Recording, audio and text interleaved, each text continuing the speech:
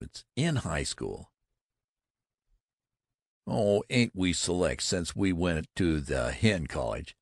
Let me tell you, there isn't a private school in the state that's got a swell up bunch of guys we got in Gamma Di Gamma this year. There's two fellows that their dads are millionaires. Say, gee, I ought to have a car of my own, like lots of the fellows." Babbitt almost rose. "A car of your own?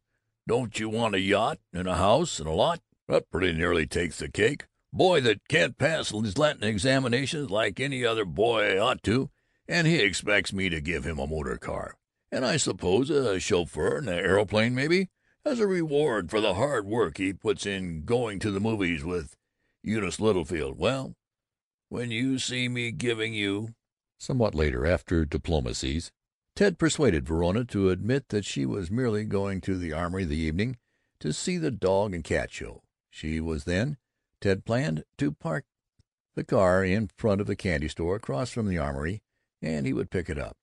There were masterly arrangements regarding leaving the key and making the gasoline tank filled. And passionately devotees of the great god motor, they hummed a patch on the spare inner tube and the lost jack-handle. Their truce dissolving, Ted observed that her friends were a scream of a bunch of stuck-up gabby four-flushers.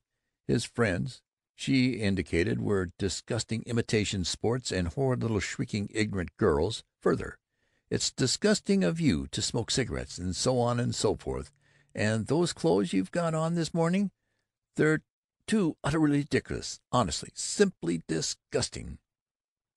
Ted balanced over to the low beveled mirror on the buffet, regarding his charms, and smirked.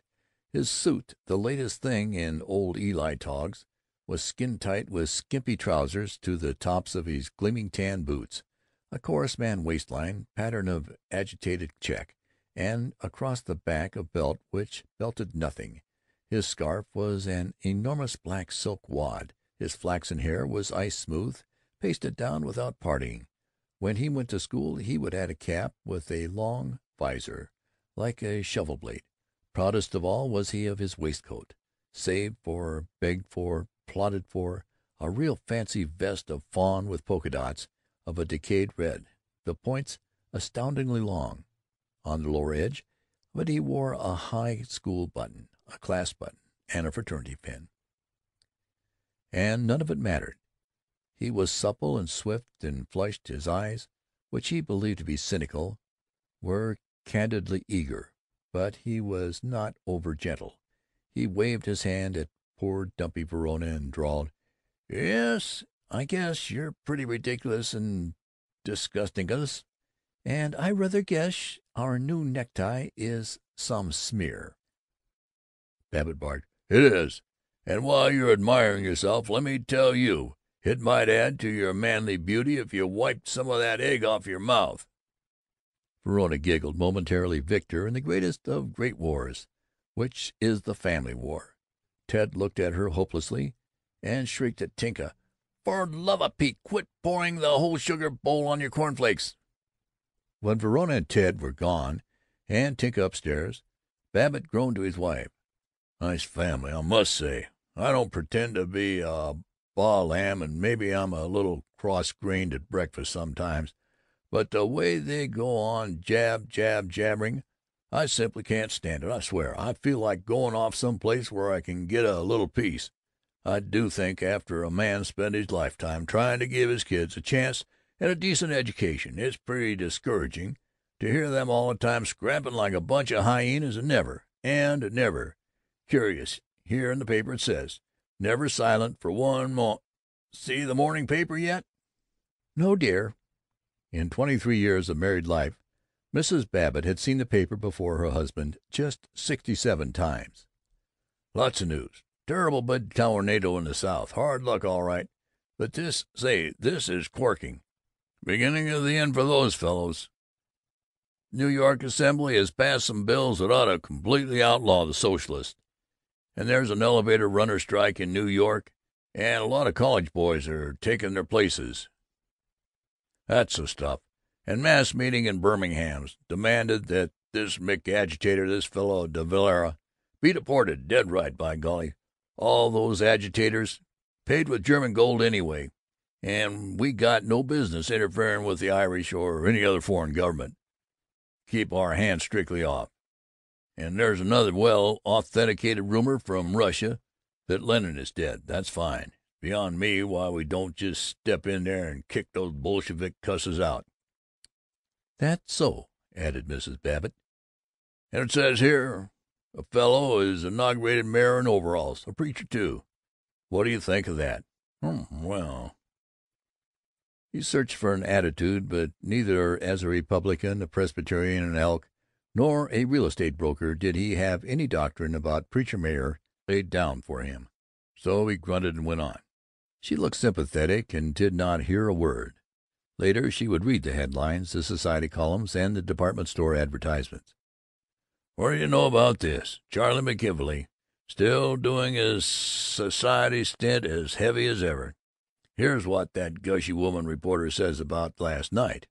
Never is society with the big S, more flattered than when they are bidden to partake of good cheer at the distinguished and hospitable residence of Mr. and Mrs. Charles L. McKelvey, as they were last night, set in its spacious lawns and landscaping, one of the notable sights crowning Royal Ridge, but merry and homelike, despite its mighty stone walls and its vast rooms famed for their decoration. Their home was thrown open last night for a dance in honor of Mr. McKelvey's notable guest, Miss J. Sneath of Washington. The wide hall is so generous in its proportions that it made a perfect ballroom, its hardwood floor reflecting the charming pageant above its polished surface. Even the delights of dancing paled before the alluring opportunities of tete-a-tetes, and invited the soul to loaf in the long library before the baronial fireplace, or in the drawing-room with its deep comfy armchairs, its shaded lamps just made for a sly whisper of pretty nothings à deux, or even in the billiard-room, where one could take a cue and show a prowess at still another game that sponsored by Cupid and Trepidcore. There was more, a great deal more, in the best urban journalistic style of Miss Elona Pearl Bates, the popular society editor of the Advocate-Times, but Babbitt could not abide it. He grunted. He wrinkled the newspaper. He protested. "Can you beat it? I'm willing to hand a lot of credit to Charlie McKelvey. When we were in college together, he was just as hard up as any of us, and he made $1 million good bucks out of the contracting and hasn't been any dishonester or bought any more city councils than was necessary. And that's a good house of his, though it ain't any mighty stone walls, and it ain't worth the $90,000 it cost him.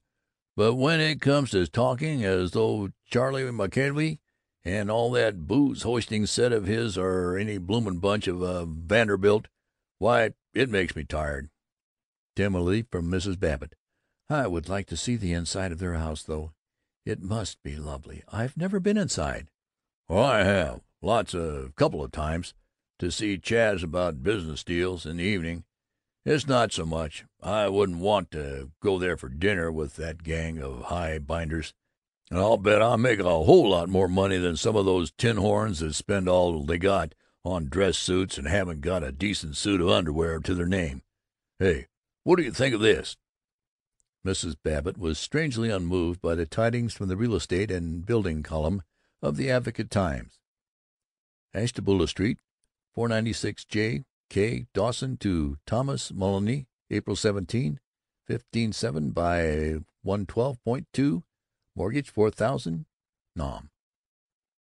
And this morning Babbitt was too disquieted to entertain her with items from mechanics' liens, mortgages recorded, and contracts awarded. He rose. As he looked at her his eyebrows seemed shaggier than usual. Suddenly, "Yep, maybe.